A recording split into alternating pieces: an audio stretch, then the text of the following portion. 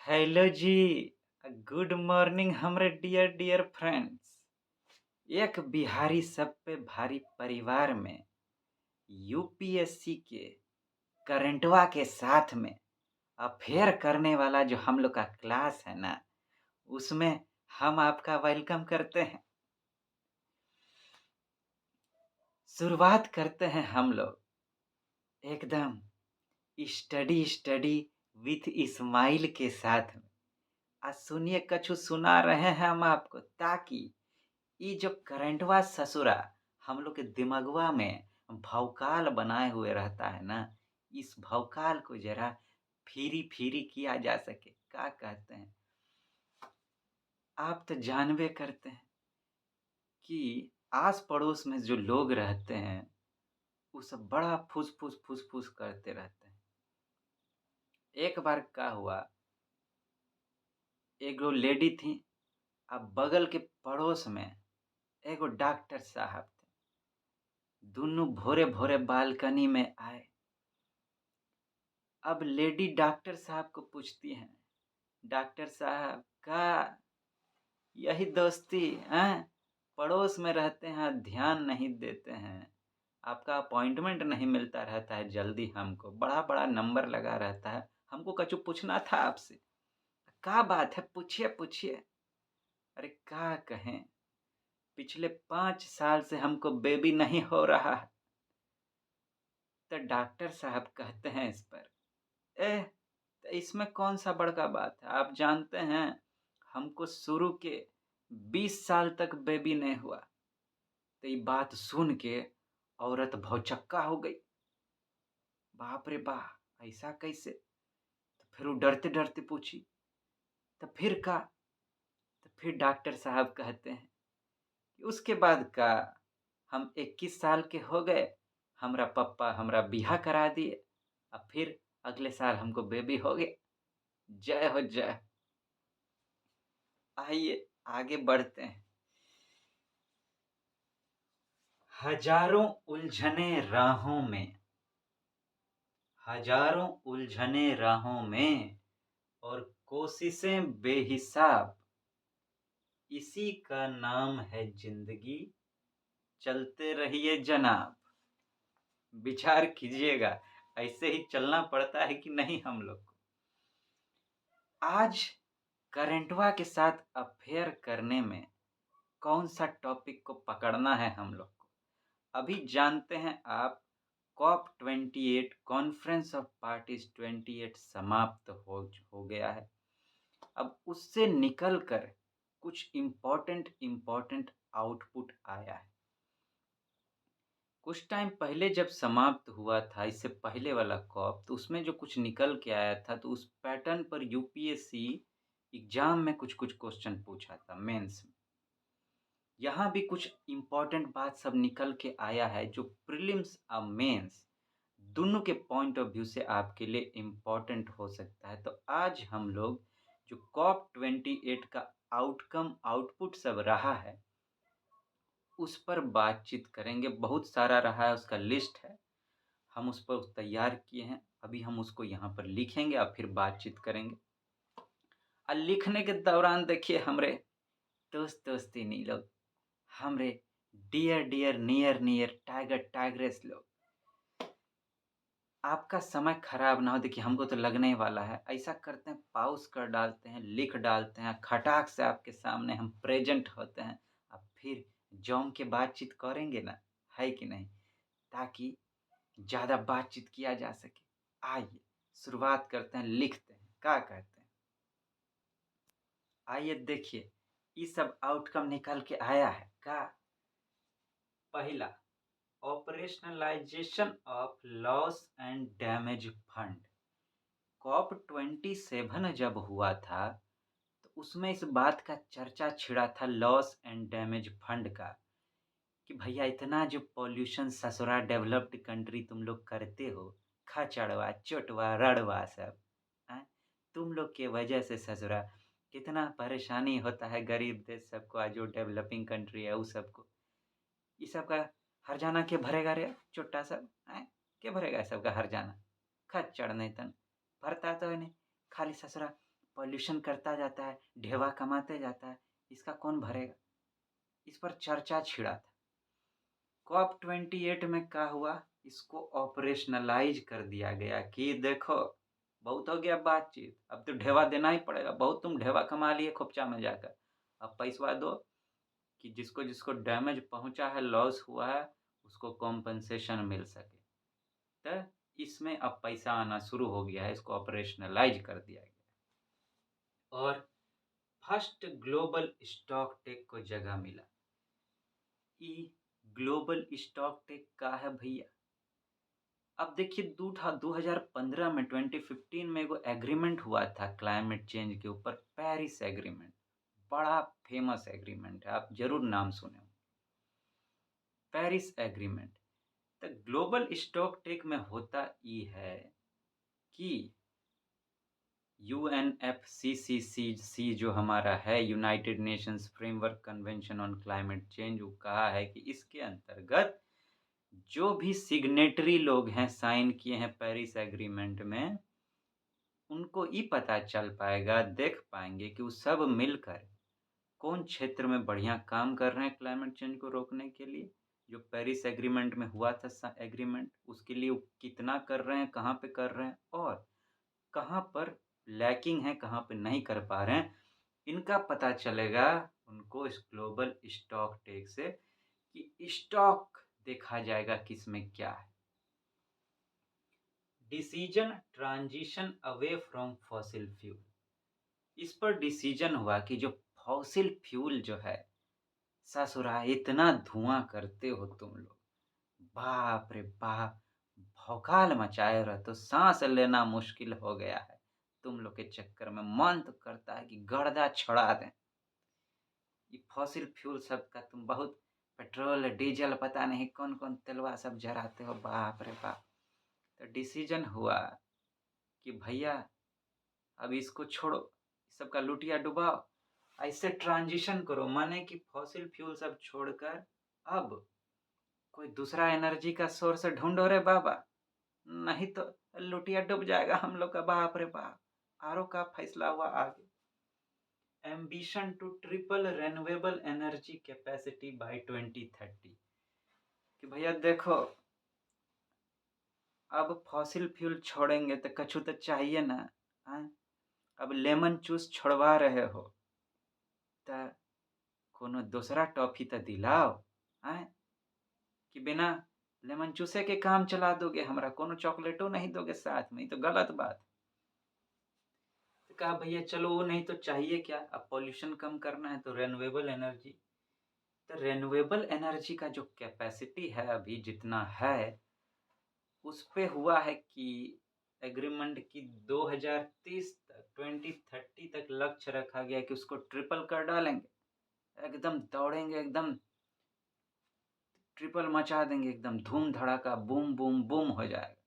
वो हुआ है। और referred to transitioning fuels such as natural gas for ensuring energy security, कि भैया देखो,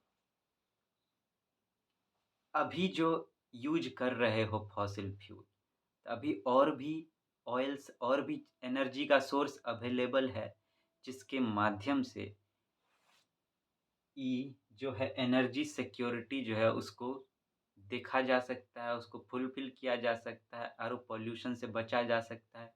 रिन्यूएबल एनर्जी तो धीरे धीरे होगा, लेकिन अभी कुछ ऐसा सोर्स है जैसे कि नेचुरल गैस, कहा गया थोड़ा सा उधर भी शिफ्ट करो भैया, उधर तरफ रेफरेंस दिया गया है। और declaration on climate and health, पहली बार इस पर हुआ है कि भैया एग्रीमेंट हुआ है, सब माने हैं कि क्लाइमेट चेंज से जो है ना, स्वास्थ्य पे बड़ा बुरा प्रभाव पड़ रहा है। क्लाइमेट गड़बड़ हो रहा है, स्वास्थ्य पे बुरा प्रभाव पड़, नहीं तो ससुरा डेवलप्ड कंट्री लोग मानने को तैयार है नहीं था।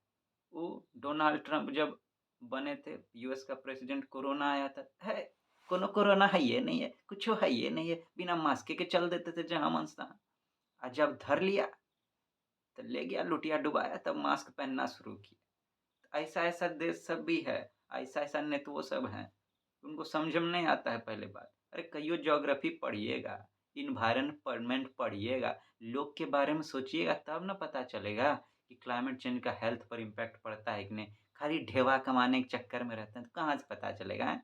गुड़ गोबर ससुरा सब नहीं। Global methane pledge renewed attention. एगो मीथेन प्लेज लिया गया था कि मीथेन गैस जो है, जो ग्रीन हाउस गैस है, बहुत पॉल्यूशन करता है। अब उस पर फिर से नया अटेंशन डालने का कोशिश किया गया, भैया इस पर ज़्यादा ध्यान दो। खाली प्लेज ले लेते हो कि हम ये करेंगे, हम कसम खाते हैं कि आज से ये काम नहीं करेंगे, ये करेंगे। अगले में जब लिए कसम ले रहे होते हैं तब ये मन में ये भी चल रहा होता है कि हम झूठा कसम ले रहे हैं, इसको तुरंत तोड़ने वाले हैं। ये सबके साथ है। जय हो जय। तो ऐसा तो ये लोग हैं। तो उस पर रिन्यूड अटेंशन हुआ है कि फिर से ध्यान दे। Acknowledgement of the role of nature based solutions for biodiversity conservation and climate. कहा गया है कि जो हमारा बायोडाइवर्सिटी कंजर्वेशन है, जो जीव जंतु पेड़ पौधे पहाड़ झरना जो भी है, सब बायोडाइवर्सिटी का पार्ट है। और जो हमारा क्लाइमेट है, तो नेचर बेस्ड जो सॉल्यूशन हो सकता है कि इन पे जो खतरा मंडरा रहा है, इनके कंजर्वेशन के लिए, क्लाइमेट को बचाने के लिए, बायोडाइवर्सिटी को बचाने के लिए नेचुरल सॉल्यूशन सब पर ध्यान दिया जाए, इसको माना गया है। ठीक। Declaration to transition to sustainable and resilient food system. और का घोषणा हुआ कि भैया अब शिफ्ट करो किधर? सस्टेनेबल। सस्टेनेबल माने का आप जानते हैं कि बना रहे, बना रहे। सस्टेनेबल ग्रोथ किसको बोलते हैं कि भैया जो अभी हैं अपने ग्रोथ पर ध्यान दो, लेकिन इस तरह से अपना ग्रोथ करो कि आगे जो जनरेशन आने वाला है उनके लिए भी कुछ बचा रहे, ही नहीं कि सब इधर निपटा देना। हाँ, तो sustainable and resilient food system. आप जानते हैं कि जिस तरह से पॉपुलेशन बढ़ रहा है, इंडिया तो अब टॉप पर आ गया, दुनिया का बात हो रहा है यहाँ पर। जिस तरह से पॉपुलेशन बढ़ रहा है एक तरफ, दूसरे तरफ क्लाइमेट चेंज का जो और ग्लोबल वार्मिंग का जो खतरा हो रहा है, ज़मीन सब घटते जा रहा है, सब पर आदमी घर बिल्डिंग पता नहीं का बना रहा है, तो भैया खेती कहाँ होगा, खाएंगे कौन चीज़? और जो होता भी है वो भी पता चला कोनो नेचुरल हजार्ड आ गया या कोनो वजह से नष्ट हो जाता है। तो ये करा भैया शिफ्ट करो जल्दी से किस पर? Sustainable and resilient. सस्टेनेबल जो बना रहा, रेजिलियंट जो नष्ट ना हो, पुख्ता होके रहे, ऐसा फूड सिस्टम सब पे शिफ्ट करने का घोषणा हुआ है इस सब में। ये सब मेन आउटकम थे। इसके अलावा एक और बात हुआ है, अब वो लिखने का बारी है, फिर से हमको पॉज करना पड़ेगा। आइए जंप मारते हैं इसके आगे का। अब देखिए ये भी हुआ है, ग्रीन फाइनेंस पर बात हुआ कि भैया बहुत पॉल्यूशन कर लिए तुम लोग, ससुरा खचड़वा डेवलप्ड कंट्री लोग, अब जरा कुछ हरियाली भी तो लेके आओ। हाँ, एक तरफ पॉल्यूशन करते हो, ढेवा ढेवा ढेवा ढेवा, हाय रे ढेवा, हाय रे ढेवा, पैसा पैसा करते हो, तुम पैसवे पे खाली मरते हो। पेड़ों पौधा तो लगा दो कुछ। हैं? तो ग्रीन फाइनेंस के बारे में का समझौता हुआ, का बातचीत हुआ? recognized the responsibility of developed nations to take the lead in climate finance। कि डेवलप्ड नेशन सब जो है उसके रोल का जो रोल है, उनसे कहा गया कि भैया आप आगे आइए, क्लाइमेट फाइनेंस दीजिए। इस बात पर अथी हुआ।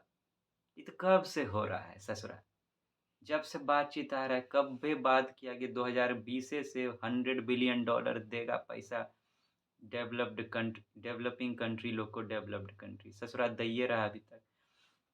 पैसवा देने के लिए बोलो ये लोग को, एक तो गलत काम करता है, और उसका हर्जाना भरने के लिए बोलो तो ऐसा लगता है कि ससुरा डेवलप्ड कंट्री का दुन्नू किडनी मांग लिया हो। ऐसे करता है ये लोग, क्या कहें। ओह, ये लोग को बुला के मुस्लिम घुसा के कूट देना चाहिए पकड़ के।